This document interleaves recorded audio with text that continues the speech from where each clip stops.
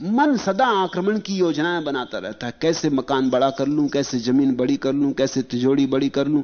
स्वभावतः छीनना पड़ेगा तभी कुछ बड़ा होगा। तो बुद्ध कहते हैं मन की हिंसा के प्रति जागो और अहिंसा के भाव में प्रतिष्ठा लाओ। यहां न कुछ कमाने जैसा है, न जोड़ने जैसा, न बढ़ाने जैसा। यहां सब बढ़ाया न बढ़ाया बराबर हो जाता है। यहां की दौलत दौलत नहीं, यहां का राज्य राज्य नहीं। अनाक्रामक बनो। हिंसा है आक्रमण, अहिंसा है प्रतिक्रमण। अंतर लौटो, बाहर मत जाओ, ठहरो भीतर। विचार के हिंसा को ठीक से समझो। जैसे जैसे विचार की हिंसा समझ में आएगी और अहिंसा का भाव तैरेगा भीतर, वैसे वैसे तुम पाओगे दूसरी परिधि भी टूट गई। फिर तीसरी परिधि है, जिनका मन दिन रात सदा भावना में लीन रहता है, वे गौतम के शिष्य सदा सुप्रबोध के साथ सोते और जागते। फिर तीसरी भाव की दशा है, भावना की। बुद्ध ने उसे ब्रह्म विहार कहा है। उन भावनाओं में डूबो जो ब्रह्म के करीब ले आएंगी, जैसे करुणा, सहानुभूति, समानुभूति, दया। उन भावनाओं में डूबो जिनसे तुम दूसरों से टूटते नहीं, जुड़ते हो। उन भावनाओं में डूबो जिनसे धीरे धीरे तुम्हारे भीतर शांति और आनंद घना होता है। ब्रह्म में विहार करो, एक में विहार करो, अनेक का भाव छोड़ो। कोई मेरा शत्रु नहीं है, सभी मेरे मित्र हैं। मैत्री भावना, मित्रता का भाव फैलाओ। जो सुख मैं चाहता हूं वही सबको मिले, और जो दुख मैं नहीं चाहता हूं वह किसी को भी ना मिले। ऐसी भावनाओं में डूबो। धीरे धीरे भावना में डूबते डूबते तीसरी सीढ़ी भी पार हो जाती।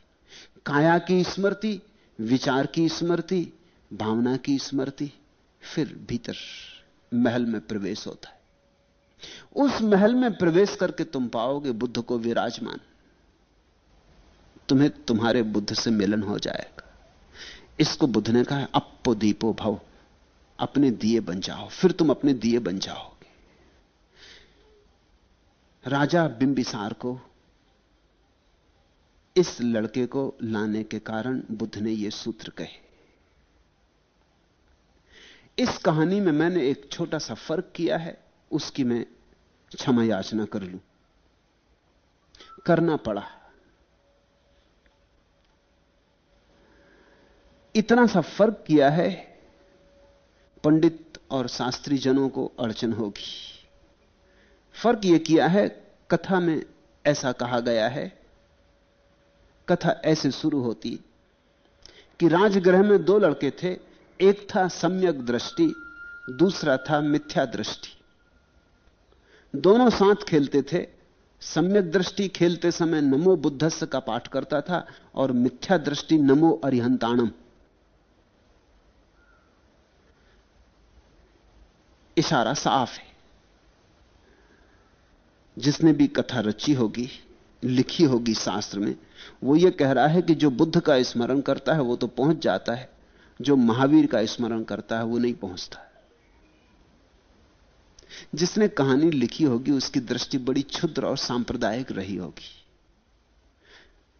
तो जो नमो बुद्धस्य का पाठ करता वो तो जीतता था, उसको कहा सम्यक दृष्टि। और जो नमो अरिहंताणम, जिनों का स्मरण करता था, अरिहंतों का स्मरण करता था, महावीर का, नेमी का, पार्श्व का स्मरण करता था, उसको कहा मिथ्या दृष्टि।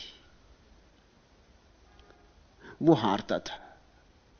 इतना मैंने फर्क किया है, इतना मैंने अलग कर दिया है, क्योंकि मुझे लगा कि उतनी बात बुद्ध के साथ मेल नहीं खाएगी। क्योंकि बुद्ध का और अरिहंत का एक ही अर्थ होता है। बुद्ध का अर्थ होता है जो जाग गया, अरिहंत का अर्थ होता है जिसने अपने शत्रुओं पर विजय पा ली। मूर्छा शत्रु है, मूर्छा ही तो शत्रु है। काम, क्रोध, लोभ, मद, मत्सर शत्रु हैं। शत्रुओं पर विजय कैसे पाई जाती? जाग कर पाई जाती।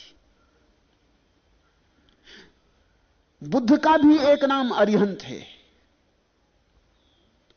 कृष्ण का भी एक नाम अरिहंत है,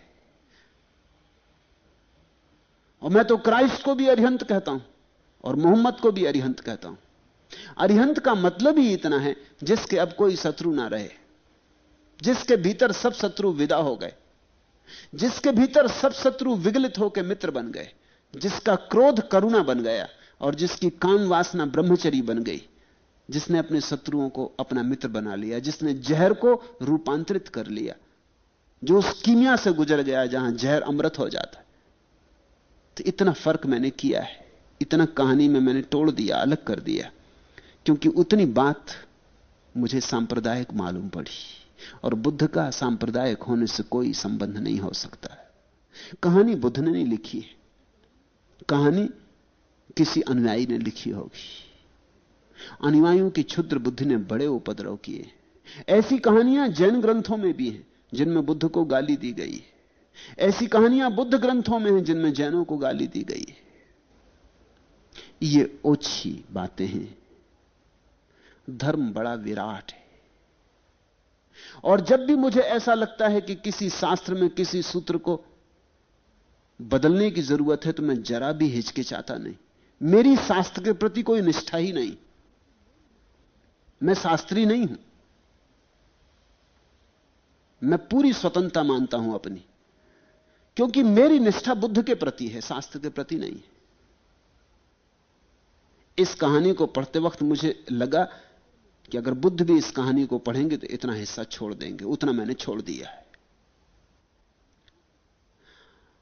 अगर मैं जिम्मेवार हूं किसी के प्रति तो बुद्ध के प्रति, और किसी के प्रति नहीं। अगर महावीर के वचनों में मुझे कुछ वचन ऐसे लगते हैं जो कि महावीर के वचन नहीं हो सकते, नहीं होने चाहिए, मैंने उनको छोड़ देता हूं। कभी मुझे ऐसा लगता है कि यह अर्थ नहीं किया जाना चाहिए, तो अर्थ बदल देता हूं। इसलिए मुझसे पंडित नाराज भी हैं। वो कहते हैं कि मैं शास्त्रों में हेरफेर करता हूं। शास्त्र में मेरी कोई निष्ठा नहीं है, शास्त्र मेरे लिए खिलवाड़ है। मेरी निष्ठा शास्त्र से बहुत पार है, मेरी निष्ठा तो अनुभव में है। मेरी निष्ठा मेरे भीतर है। जो मेरी निष्ठा पर कस जाता है, मुझे लगता है कि यह बात मैं भी कह सकता हूं, तो ही मैं बुद्ध से कहलवाऊंगा। मैं भी कह सकता हूं तो मैं महावीर से कहलवाऊंगा। इसलिए जैन मुझसे प्रसन्न नहीं है, क्योंकि वो कहते हैं महावीर से मैंने ऐसी बातें कहलवा दी जो महावीर ने नहीं कही। उनको पता नहीं कि महावीर और मुझ में 2500 साल का फर्क हो गया। आज महावीर लौटते तो जो मैं कह रहा हूं वही कहते।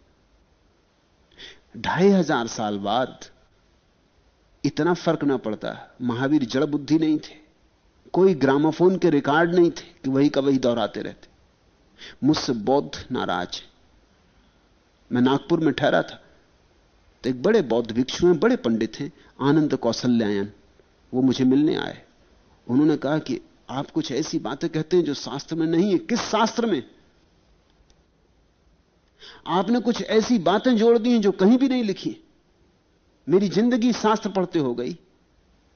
तो मैंने उनसे कहा, ना लिखी हो तो लिख लेनी चाहिए, क्योंकि शास्त्र किसी ने लिखे, तुम इतना और जोड़ लो। मैं बुद्ध का नया संस्करण हूं, संस्करणों में थोड़ा फर्क हो जाता है।